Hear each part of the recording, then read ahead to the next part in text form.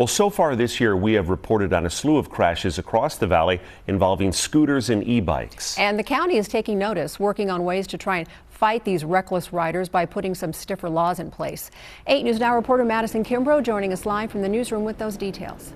Denise and Brian, what first started as a roundtable discussion among community members and law enforcement has now become a bigger conversation among the Board of Commissioners as they met today to discuss the ever-growing problem of e-bike etiquette on our roadways. With the increased number of these bikes that have been on our streets over the last year or two, it was really the time to really take a stand. It's a topic of concern for many Valley residents. Whether you drive or ride, you've seen these electric bikes and scooters around town. And oftentimes it's kids who are behind the wheel, not following the rules of the road, putting their life and others at risk. Today we really had a good discussion, initial discussion about moving forward with drafting an ordinance to clarify the definition for e-motorcycles because they really aren't found in statute or in code right now. I asked Commissioner Jones what specific laws would be enacted when it came to these e-motorcycles. And while he didn't go into specifics, he told me he plans on working with the district attorney and traffic safety division in hopes of having an ordinance drafted up by the end of April.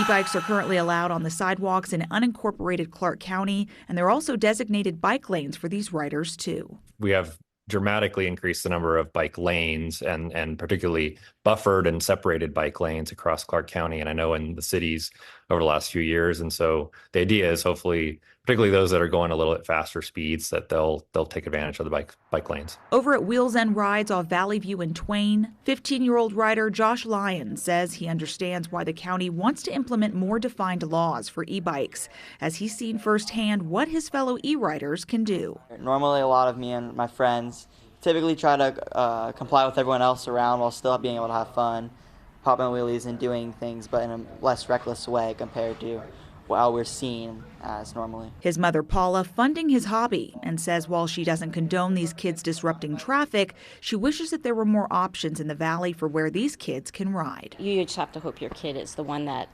doesn't do that stuff. So I see both sides of the story. Give them somewhere to ride and they'll ride. Now, as for an e-bike park, Commissioner Jones doesn't have any immediate plans to open one, but says his focus now is breaking ground on a new bicycle park in his district that's going to be off Warm Springs and Fort Apache Road. In the newsroom, Madison Kimbrough, 8 News Now.